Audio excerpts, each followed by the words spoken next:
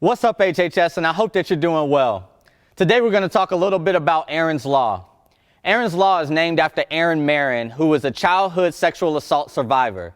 She is now an author, a speaker, and an activist. Erin's Law was put into place, and it requires that all public schools implement some sort of child-focused sexual abuse prevention for all students. So every year, we meet this mandate by giving you some information regarding childhood sexual abuse.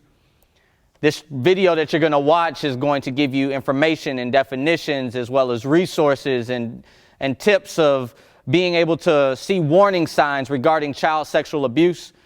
Also to provide assistance and referrals and resources so that you know who to talk to should you need. Check out the video. Good morning, everyone. My name is Kate Webster. I am the Child and Family Advocate at the McHenry County Child Advocacy Center in Woodstock. Before working at the Child Advocacy Center, I was actually a third grade teacher over at Legee. So hi to my old students that I might have taught. You might have known me then as Miss McCormick. So Child Advocacy Center, a lot of people don't even know kind of what we do. What we do is if a child is suspected of being abused, we will then talk to them, interview them. We like to talk to them rather than them having to talk to the police or multiple people that could re-traumatize a child. I share my background just a little bit because today we're going to be talking about Erin's Law and things about sex abuse and different kinds of abuse. So just wanted to give you my background to let you know that's kind of what I deal with every day on a daily basis. We are going to play a short video from Erin. She is actually the person who Erin's Law was written about. And I will tell you, I'll warn you, some of the things that are in the video may make you feel a little bit uncomfortable. Maybe they'll even be triggering to some people, meaning it may bring things up for you that you've experienced in your life. I just want to let you know that myself, as well as your school counselors, school social workers, your school resource officer, we will be here for you today. They'll be here for you every day. If you need to process it out or just talk about anything, we are here for you. I came from a family of 3 girls, and I felt like I had the perfect life. I was the happiest little 5- and 6-year-old and had so much fun as a child. I struggled for years in my childhood with watching my family suffer. It tore our family apart. I went down the path of self-injury, a suicide attempt, very depressed. This could be happening to your child. This could be happening to your next door neighbor, your best friend you've known your entire childhood, and you had no idea, because of the shame that people carry.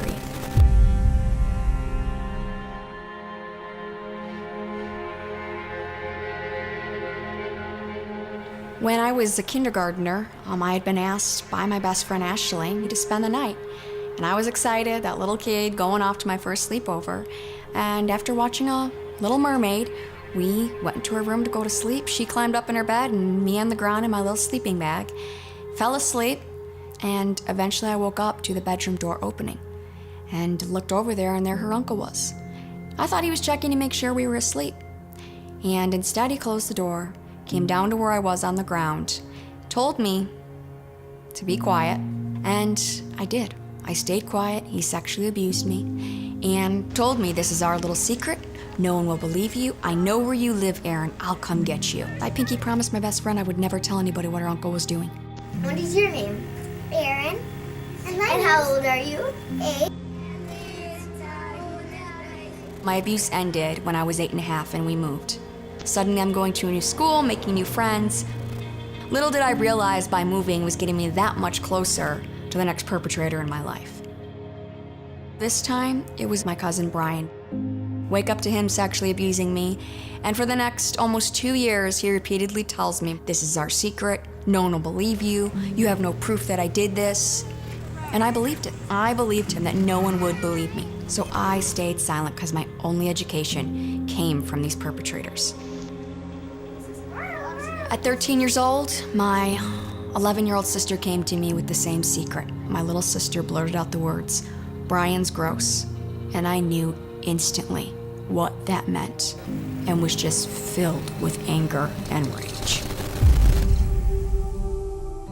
So we broke our silence, our abuse ended, reclaimed our voice, and that was the first step in moving forward and healing our lives.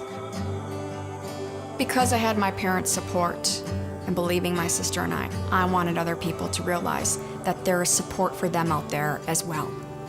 Looking back on my childhood, I learned tornado drills, bus drills, fire drills. Yet there was nothing on how to speak up and tell if you're being abused.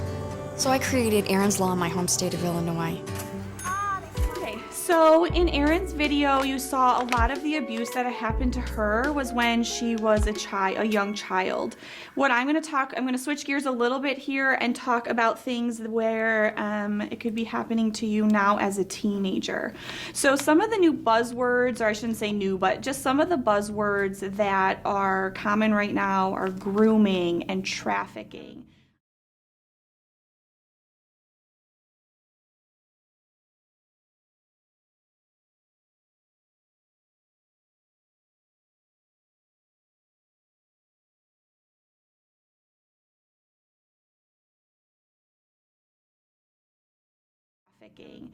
So I kind of want to talk about, like, what does that mean? What is that? We see what it is in the movies, or we see what it is on social media, but what does that mean in real life?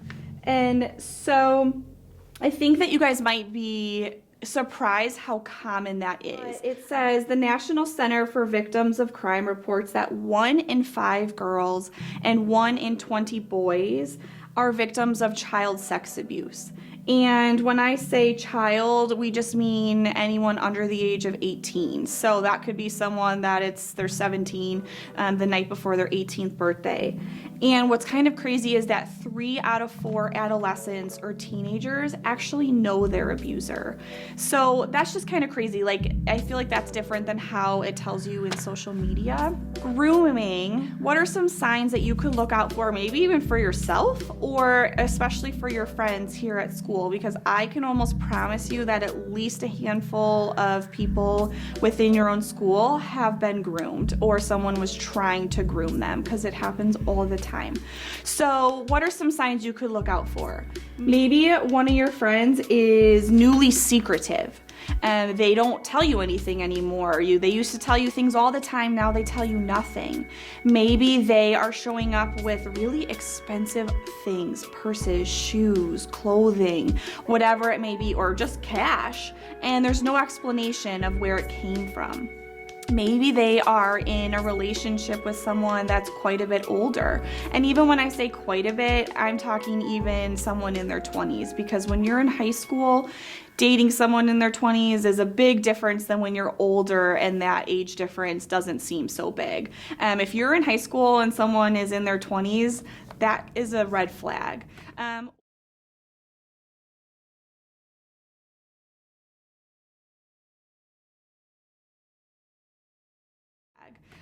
Or maybe they suddenly have access to a lot of drugs and alcohol.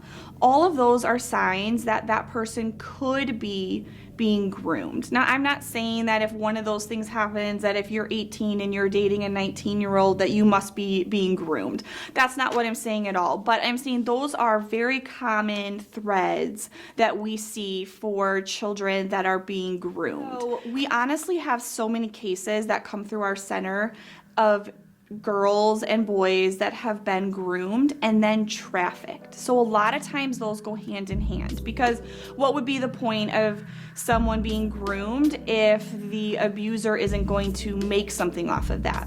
They often use them as their currency, as their money. And it's not how you see in the movies. So rather than me just telling you random things, I'm going to tell you about a real case that came through our center. So a real case that came through our center was a girl, I think she was 15 or 16. She was in love. It was her first real relationship. It was with a guy who was early 20s, and she felt like she was in love. It was the first time she had true love. She felt like she was treated so well by him. He was an adult, so he had a job, so he could buy nice things for her. When they went on dates, it wasn't like the kind of dates that she would see friends doing that were dating other high school students.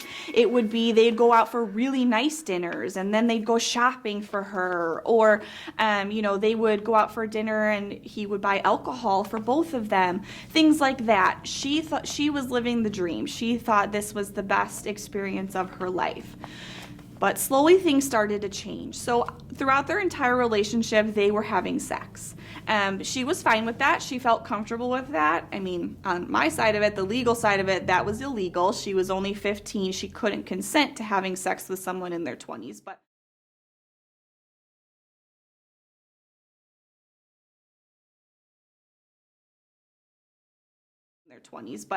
put that aside, regardless of that, she felt like she was making the choice to sleep with him. Then things slowly started to change where he would say, if you really loved me, then you have to have sex. Like sometimes she didn't want to, sometimes she'd say no. And it suddenly was she didn't have the choice. She had to say yes. It was, if you don't have sex with me, you must not really love me. If you don't have sex with me, then I'm not going to buy you that purse you wanted or those jeans you wanted or whatever it was. So she slowly started to feel like she was losing a little bit of control in the situation. Then it slowly changed to he wanted her to sleep with his friends. But it wasn't just like, hey, go sleep with my friends. It was, oh my God, you're so gorgeous, you're so beautiful, I just want to show you off to all my friends. Why don't you have sex with my friend? And because I just want to show them how amazing my girlfriend is, and he'll give you $200 when you're done with it too. So she started doing that because she wanted to please him. It was her best relationship. She loved him, and if that's what she needed to do to prove that she loved him, that's what she was going to do. Plus, she was making money on it, and that wasn't a terrible thing in her mind either. Then it slowly continued to change, where then it was, that wasn't enough just for her to be sleeping with the friends. Then it was, do you have any friends that could hang out with my friends? So she slowly then started introducing friends to his guy friends, and they started sleeping with them to get money. My point for showing this story, telling this story, is grooming and trafficking they're very slow moving often. So the abuser gains the trust of the person. It feels like a real relationship to that person.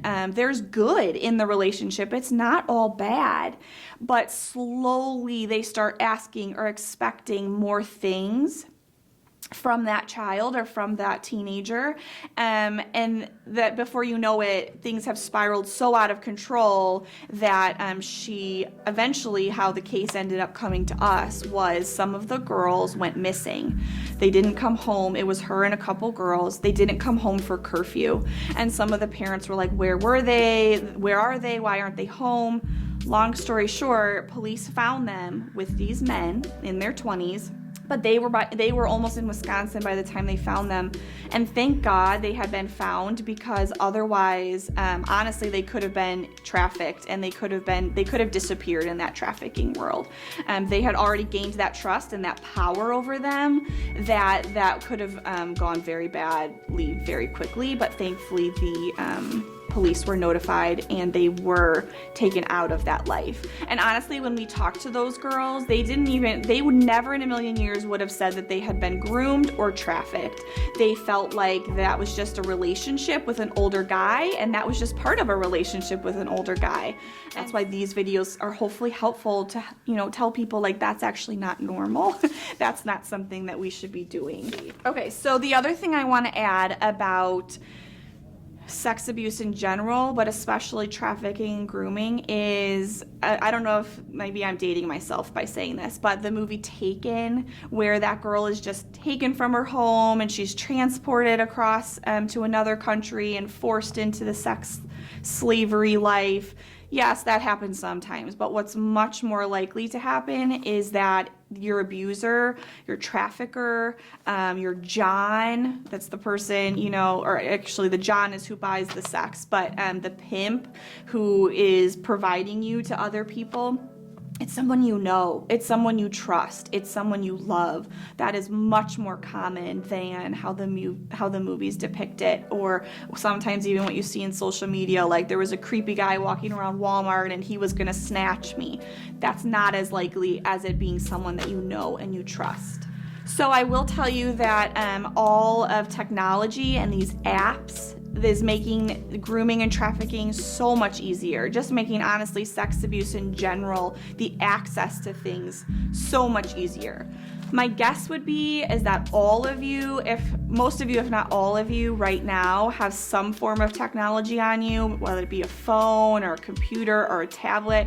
Some of you may even be on it right now, probably on Snapchat, talking about how great this presentation is and how much you love it. But even if not that, most of you probably have Snapchat. What we see a lot of is Snapchat because people think that it disappears.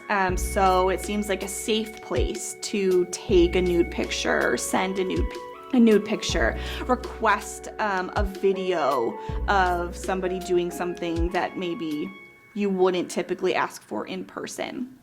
So all of that makes these traffickers and these groomers their lives easier because they feel like it's not as traceable through as a text message or whatnot. So what I do want to point out for this is that if anyone ever forces you or makes you send a video or send a picture of a sexual nature, performing a sexual act, anything like that that you don't want to be a part of, that is against the law. That is considered solicitation. They're soliciting you for sex or a sexual nature. That's something that could be reported, even if it's another teenager that's making you do that or forcing you to do that or threatening you. If you don't do that, then I'm going to tell everyone what you do or whatnot. So I would highly recommend that if any of that is happening to you, I understand it's embarrassing because maybe you sent a picture, maybe you sent a video, maybe you feel ashamed, like you knew better, but you sent it anyways. Please tell somebody. Tell your school resource officer. He would know what to do with that. It's illegal. It's not okay for someone to threaten or force you to send those things. And you should be able to talk about it without feeling like you did something wrong. The other part that I want to point out here is especially to the teenagers that are 18 and older in this school, because I know some seniors, you're 18, maybe 19. If you possess any photos, like let's say you're dating a 16-year-old, 18-year-old, dating a 16-year-old, and you exchange photos with each other because that's what people do now. If the police have any reason to believe that you have nude photos of your girlfriend or your boyfriend on your phone, and they contain that, you could actually be arrested with possession of child pornography.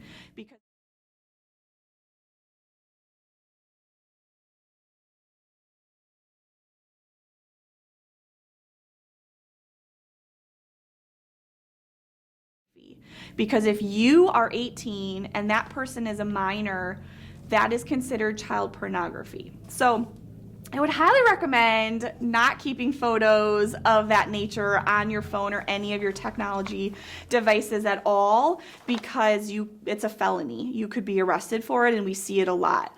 And I know some of you might be thinking like, okay, that's great, but I save it on my Snapchat for, what is that, like my eyes only or my private or whatever that's called. Yeah, so police can still access that. If they get your phone, they can wipe it. They actually can contact Snapchat and tell them to stop deleting anything from your Snapchat, and everything gets recorded from there. Also, I know that some teens have like hidden apps, like the calculator, that's not actually a calculator, it's like a whole new phone or something. Yeah, police can access that too. So I'm just trying to help you guys out. No good thing ever comes from snapping photos or videos when you have no clothes on, and especially no good things comes from that if you send it other places. So 18, 19-year-olds, just a heads up, you probably want to go delete those photos that you have off of whatever platforms you have them on, because it's not worth the felony that you could receive. Okay, so I have spoken a lot about abuse that could be happening at your current age that you are now as teenagers. But obviously things happen to kids when they're younger. Sex abuse happens young. I mean, there's babies that it happens to, unfortunately. And we know that things happen then. So whether it happened when you were 3 or if it happened yesterday, it's not lost on us. It's brave of you to come and tell somebody, and it's hard. We understand that it's very hard. That's not lost on us. So we are here to support you. We're here to be a listening ear. We are here for you, just to help you process it out. Sometimes people take weeks or months or even years to report their abuse for whatever reason. Sometimes kids don't realize that what's happening to them is abuse. They think that's just the only way they've ever had someone show them love. So they think it's just someone showing them love. So I just encourage you and support you. We are here to empower you to speak up and to tell somebody. I also want to make sure to point out that no matter how you identify, we are here to support you. Sex abuse has no limits to gender, age, sex, or orientation. And regardless, you have a team and people, adults here to support and to help you through it. So telling a trusted adult if anything like this has ever happened takes courage, and it's never too late to disclose. Actually, Illinois, there's no statute of limitations, meaning that there's no time frame that a person has to come forward and talk about their abuse and tell somebody what happened. There's no statute of limitations. The law just changed. It used to be, you can come and you can tell someone at any point. It's never too late. And I promise you, especially as teenagers, we aren't going to look at you like you did something wrong, okay? We're going to look at you like we can support you and help you through it, and not like you did something wrong, or we're not going to make you feel guilty or ashamed of what happened. So I know this presentation is pre-recorded, but I'm actually going to be at your school today, the day that you're watching it, during your lunch periods. Myself, as well as the school social workers and the school counselors, we're all going to be in the commons area during your lunch period. Maybe today is the day that you feel like you are ready to tell somebody what's happened. Maybe you feel empowered, you feel good about it, you feel like it's your time, it's your day to tell someone. We will be down there, you can come talk to us. Maybe you just have questions. Maybe this presentation has opened your eyes and you have questions about things and you just want to come talk to us. Maybe you're my old students and you just want to come say hi and give me a hug, and I would hope that you do that too, because I would love to see you. I will have candy, but not in a creeper, like stranger danger. Don't take candy from a stranger way. Just in like everyone likes candy, so you can come take some from me. I will have candy with me too, so I just want anyone to feel comfortable to come say hi to me. I think at this point, or maybe in a couple minutes, my contact information is going to show up on the screen too. It'll have my email address and my phone number. Maybe you don't feel confident enough to come up to me in person today, but you want to email me. Do that, please. Whatever you feel most comfortable of, reach out. We have a Facebook page. I know that's for old people, but maybe you want to reach out through Facebook. We're on there too. So whatever you feel most comfortable, feel free to reach out. Otherwise, thanks for taking a moment to watch the video. I hope that you got some valuable information that will help you support those around you, or if you've been affected, to give you some resources and tools to be able to talk to either your counselor or your social worker, as well as some outside agencies that can provide support to you. Again, thanks for watching. And remember, it's always a great day to be a Red Raider.